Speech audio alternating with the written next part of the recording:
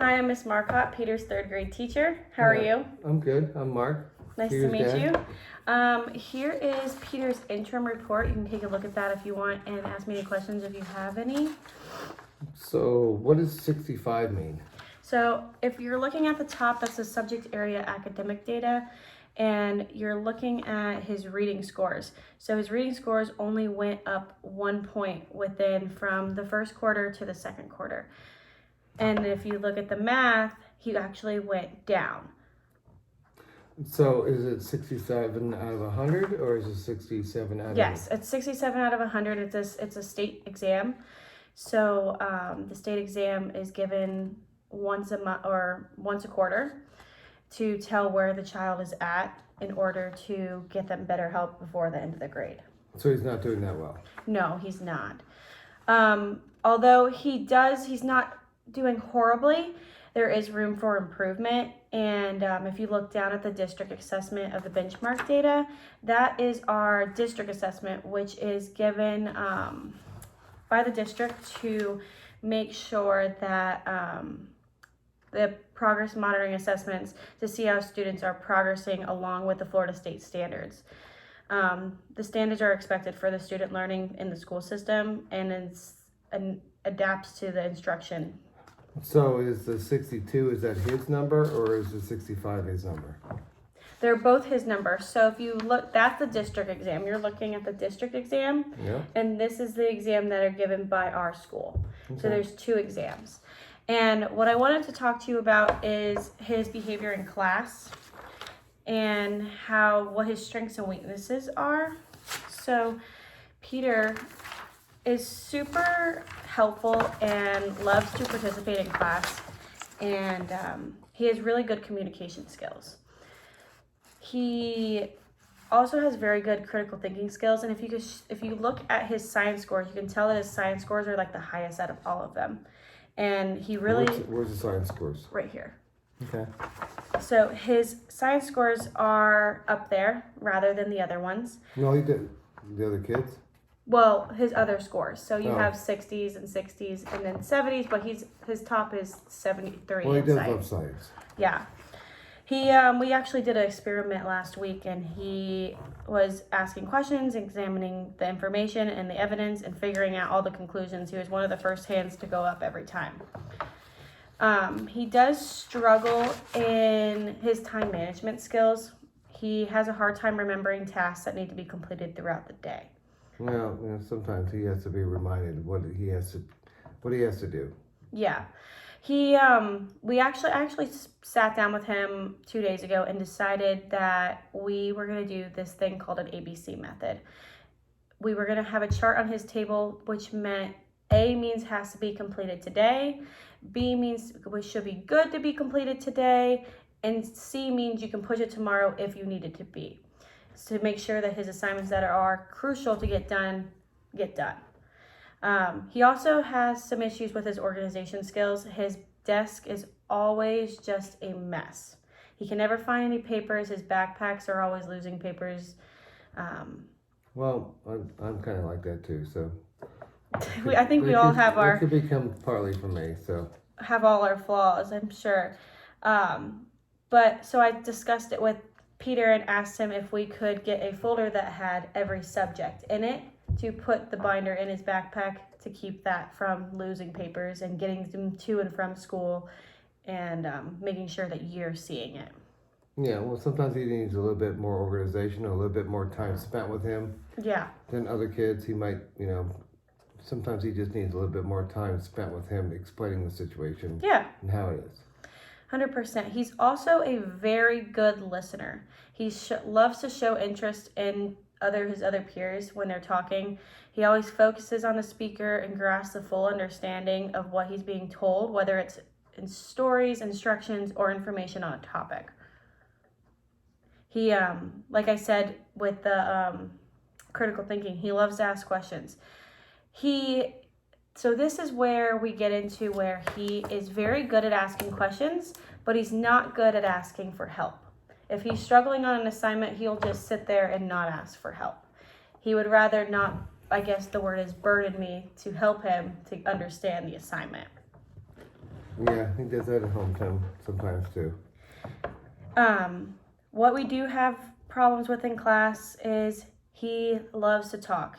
He's a social butterfly, which is completely fine when you are at recess and lunch and in pods during groups and discussions, but he has a habit to talk when he's not supposed to. He's great at multitasking, but other students that are around him have a hard time grasping the concepts when he's still continuing to talk during the instruction. Yeah, because he's like he thinks too much sometimes, so everything that comes out of his mouth, he's just thinking a lot. And Yeah. so when he's trying to express what he's thinking. Yeah, it's so funny though because he will have a full conversation while I'm instructing and he will still understand it, but then his peers around him they're like, "What? I don't even understand what just happened." Like I said before, he does have a hard time asking questions when help is needed, so that's something that I think that he needs to work on with me and probably at home also. What I also wanted to bring to your attention is that you notice that his scores are also very low. But if you look at his absences and his tardies, he has 5 absences in quarter 1 and 4 absences in quarter 2. And then in his tardies, he has 18 in quarter 1 and 20 in quarter 2. I know that he is struggling getting up, was what I've heard from Mom. Well, sometimes I have trouble getting up too. But I think he wants to make it to the bus sometimes I don't make it there. But his tardies are kind of ridiculous. Yeah. And I think that really does affect getting motivated for school also.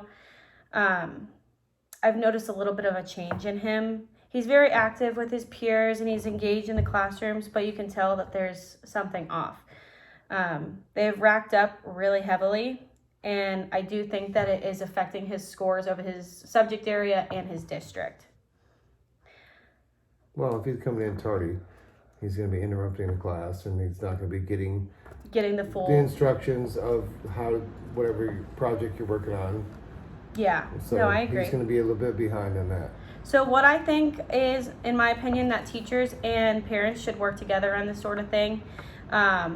Going to bed earlier probably won't help him get any motivated any more than he should, but I think that creating a constant routine of getting to bed on the same time will help him get more motivated and get set in a schedule. I also thought about pulling him aside and asking him if he is interested in coming into school earlier to help me set up the classroom or even do class jobs where he can help the students with the greeting or the hall monitor, giving him a job that wants him to come to school. Right, that makes him want to come into school earlier and give him motivation to get up earlier and go to school. So I do think that would help him a lot with not so much socialization skills because he has that plenty, right, but with him motivating him to get to school.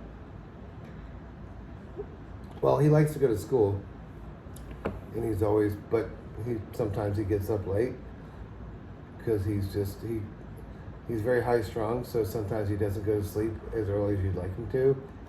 You put him to bed, but then he's still awake, and so you're still like, okay, it's time to go to bed. He wants water every 15 minutes. Yeah, ice cream sometimes. And so if that's it, if you have no more questions, what I wanted to say is if you are willing, Tuesdays and Thursdays, I'm free. And for about an hour and a half, we can do a tutoring session after school for or we can do it for all 4 subjects. We can do reading and math in one day, social studies and science another day, or however he wants to divide them up, if that's something you are interested in. I'm not really interested in the after school stuff, but maybe if he could get a little bit more help during the day to concentrate on classes, a little bit more one-on-one time, because sometimes he doesn't quite understand what the teacher's saying, so he needs a little bit more one-on-one time for either math or reading or his spelling words, just a little bit more one-on-one time. That's during class, if the teacher's assistant. we have a teacher's aide that comes in on Wednesdays, so I'll definitely mention that to her so she can come in and sit with him, and she pulls like a small group aside, which is like 2 to 3 students, and that she works one-on-one with them at like a kidney table. So and that's what he needs. Yeah. He just needs a little bit more one-on-one time, just explaining it a little bit more, because you can do math with him, but if you just take a little bit more time with him on math, a little bit more time with him on his spelling words, he will does grasp better. He it. does better one-on-one than he does with a teacher with 20 kids in the class. completely understand. So we will get that going, and I will let the teacher's assistant know. And if you have any questions, we'll have a conference next quarter to discuss how he's doing and if he's gone up and if we need to reevaluate what we're doing. All right. It was a pleasure meeting you. Well, nice to meet you too.